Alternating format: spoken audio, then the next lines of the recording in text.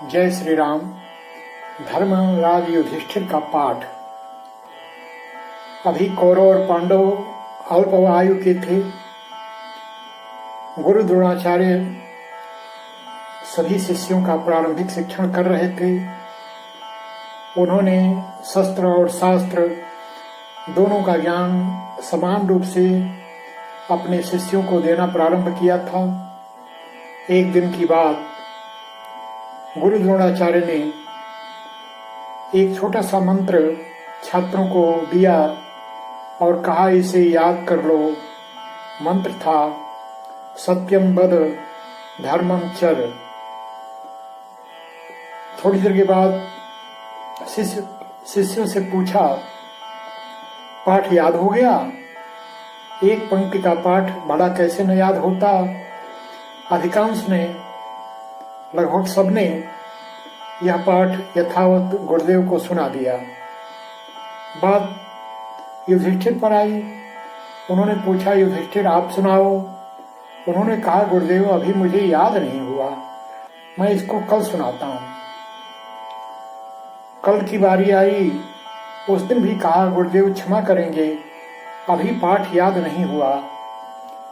अगले दिन गुरुदेव ने पूछा, हाँ युधिष्ठिर पाठ याद हो गया? उन्होंने कहा, गुरुदेव आधा याद हो गया। कहा क्या? कहा सत्यम वद।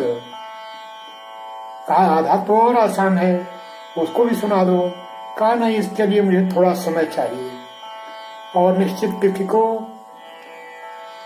मुस्कुराते हुए स्मित आनंद मुखमंडल से युधिष्ठिर ने कहा, गुरुदेव मुझे पाठ पूरा याद हो गया। उन्होंने कहा, सुनाओ। कहा सत्यम वद धर्मम चर।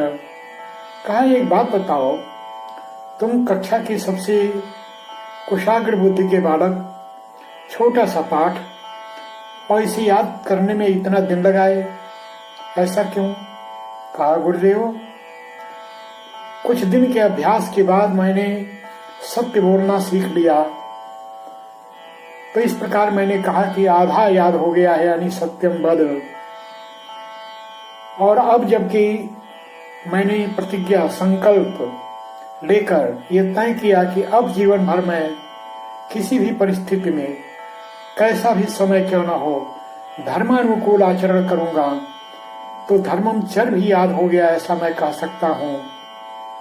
आपके पाठ को मैंने केवल शब्द सह नहीं, अर्थ सह लिया।